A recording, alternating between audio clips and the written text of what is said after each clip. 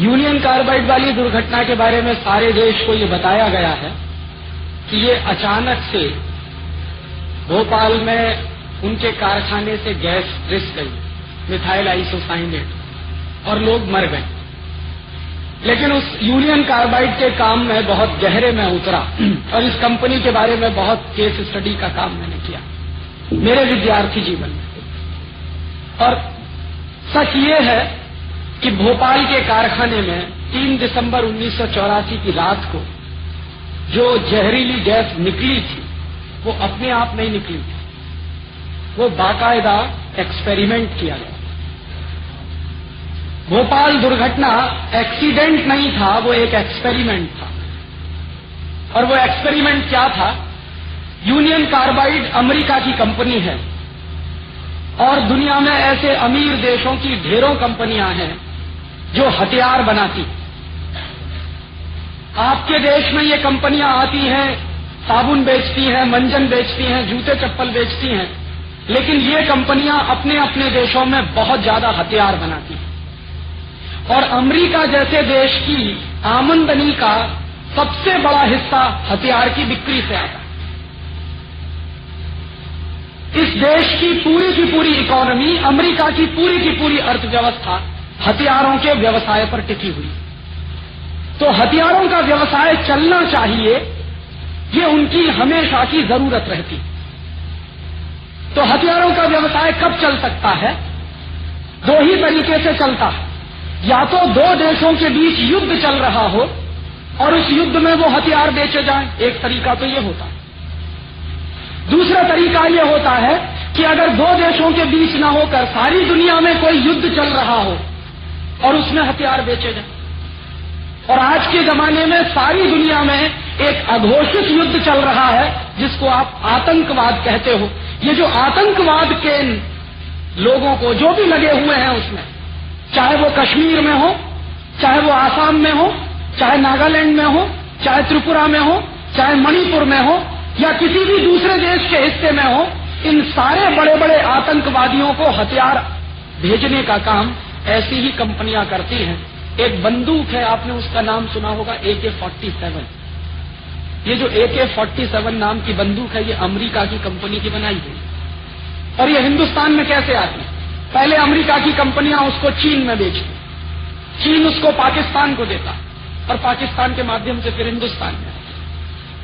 और हर साल अमेरिका और यूरोप के बहुत सारे देश लाखों करोड़ रुपए का हथियारों का व्यवसाय करते हैं। और हथियार 2 तरह के होते हैं।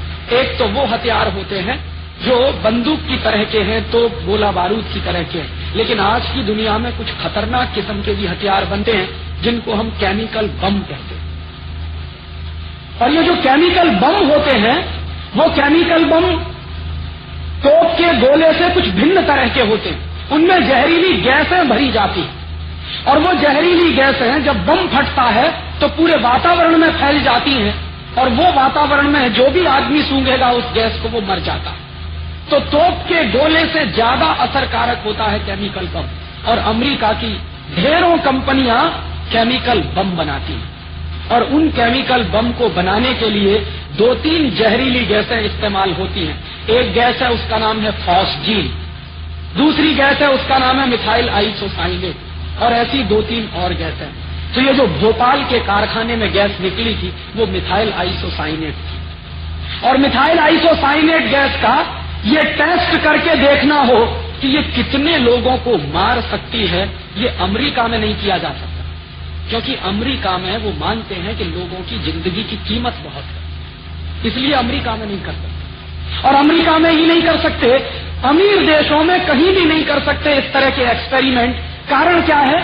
कारण उसका एक सीधा साधा है कि उनके पर्यावरण के कानून बहुत सख्त हैं और सरकारों ने कुछ ऐसी व्यवस्थाएं बनाई हैं कि वहां के लोगों की हत्या नहीं होनी चाहिए कोई भी एक्सपेरिमेंट करें। तो ऐसी कंपनियां ऐसे प्रयोग करने के लिए, जहरीली गैसों के प्रयोग करने के लिए हिंदुस्तान जैसे देशों को तलाशती। और यही हुआ था भोपाल। मिथाइल आइसोसाइनेट गैस निकली और एक रात में 10,000 लोग मर गए और पिछले 12 साल में 5 लाख से ज्यादा लोग बुरी तरह से प्रभावित हुए। अभी भी मौत का तांडव चलता है भोपाल। अभी भी लोग मरते हैं उस जहरीली गैस के असर से।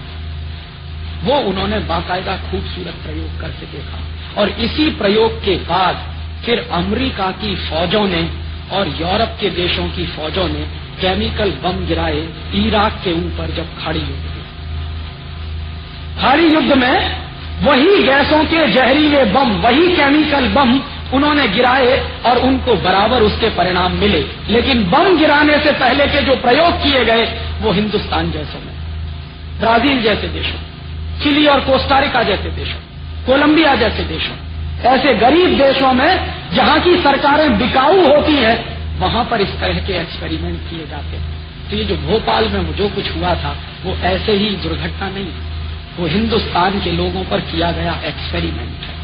और ये एक्सपेरिमेंट आगे और बढ़ेंगे। ऐसे ढेरों एक्सपेरिमेंट किए जा रहे हैं। एक विदेशी कंपनी आई हिंदुस्तान में दवा बेचती, और वो दवा दुनिया के किसी भी देश में नहीं बिकती। अभी तक उस दवा के ऊपर कोई क्लिनिकल टेस्ट नहीं किया गया, कोई क्लिनिकल ट्रायल नहीं किया गया है। लेकिन यहाँ के लोगों के ऊपर उस दवा का क्लिनिकल टेस्ट और क्लिनिकल ट्रायल हो रहा है। उस दवा का नाम है नॉरप्लांट, बहनों के ऊपर हो रहा है। में नहीं चलती, अमेरिका में नहीं चलती, ब्रिटेन में नहीं चलती, ऐसी तकनीकों को लाके हिंदुस्तान में डंप कर रहे हैं। और आपको मैं बताऊं, ये जो बंबई है ना, और बंबई के बाजू में पूरा गुजरात है, मैं आज आपसे ये कह रहा हूं कि अभी तो एक भोपाल बना है हिंदुस्तान में। गुजरात में तो 50 से ज्यादा ऐसी जगह हैं जो किसी भी दिन भोपाल बन सकते हैं।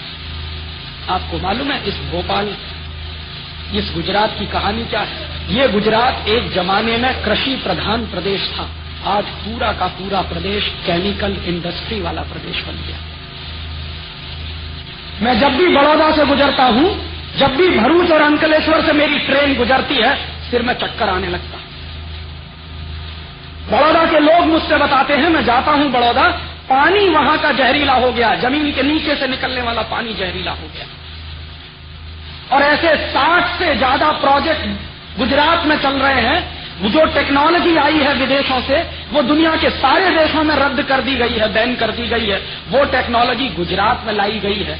तमाम जगहों पर उसके कारखाने चल रहे हैं, और पर्यावरण का प्रदूषण ही नहीं बढ़ रहा, लोगों के मौत की तैयारी हो रही है। किसी भी दिन आपको पता चलेगा कि दूसरा भोपाल कहीं बड़ौदा में बनेगा या बड़ौदा के आसपास बनेगा। और एक बार बच चुका है। बड़ौदा के पास जो बड़ा प्रोजेक्ट है केमिकल टेक्नोलॉजी वाला, एक बार उसमें ऐसी दुर्घटना हुई। भगवान की कुछ ऐसी कृपा थी कि उस दिन हवा जो थी वो बड़ौदा से बाहर की तरफ बह रही थी। अगर हवा बड़ौदा शहर के अंदर की तरफ बह रही होती तो बड़ौदा नहीं रहता। इतने खतरनाक प्रोजेक्ट इस देश में आए, और ये सब टेक्नोलॉजी के नाम पर लाए गए। और ऐसे जगह जगह विनाश के कारखाने खड़े किए जा रहे हैं। और ये सारी की सारी केमिकल इंडस्ट्री वहां से बंद की जा रही है, यूरोप के देशों से, अमेरिका के देशों से, और उसको हमारे यहाँ लाके लगा रहे हैं।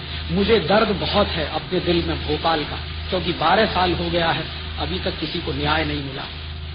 हमारे जैसे लोग 12 साल से, मैं तो मेरे विद्यार्थी जीवन से ये मांग कर रहा था कि वॉरेन एंडरसन, जो यूनियन कार्बाइड कंपनी का सबसे बड़ा ऑफिसर, उसको लाके हिंदुस्तान में गिरफ्तार करके मुकदमा चलाया जाना चाहिए। लेकिन आज तक किसी सरकार को फुर्सत नहीं है उसको गिरफ्तार करने की। इस देश में न्याय की पद्धति क्या है? आपकी आंखों के सामने, मेरी आंखों के सामने हजारों लोग मरे हैं, लाखों लोग मर रहे हैं, लेकिन उनको हम न्याय नहीं दे पा रहे हैं। ये कैसा न्याय है? ये भोपाल में हुआ है और अगले तमाम जगहों पर होने की तैयारी है। इसलिए मैं आपको चेतावनी दे रहा हूं कि ये भोपाल एक नहीं, हिंदुस्तान में 60-70 भोपाल बन सकते हैं किसी भी दिन। जिस दिन वहां इस तरह के एक्सपेरिमेंट होने शुरू हो जाएंगे, वो भोपाल बन जाएंगे। क्योंकि वो मानते हैं कि हम और हमारे जैसे लोग तो विदेशी कंपनियों की लेबोरेटरी के चूहे हैं, हमारी तो कोई औकात नहीं है, हमारी तो कोई हैसियत नहीं है, मरे तो मर जाएं। और उससे भी ज्यादा दुख मुझे दूसरी बात का होता कि भोपाल में जो हजारों लोग मर गए, हमारे दिल में कहीं हलचल नहीं हुई। सारे देश ने शांति के साथ इसको देखा। सरकार दिख जाती है, समझ में आता है, कोर्ट कुछ नहीं करता, समझ में आता, लेकिन देश के लोग इतने मरे हुए हैं कि मेरा भाई मर गया, मेरे पड़ोसी मर गए, लेकिन हमारी आंखों का पानी भी नहीं उतरा। जानते हैं ये क्यों हुआ? ये मैं मेरे भाषण में जो कह रहा, सिर्फ दुर्घटना नहीं, भोपाल एक चेतावनी है कि अगले कुछ वर्षों में अगर हम नहीं जगे तो हिंदुस्तान में जगह जगह भोपाल बनेगा।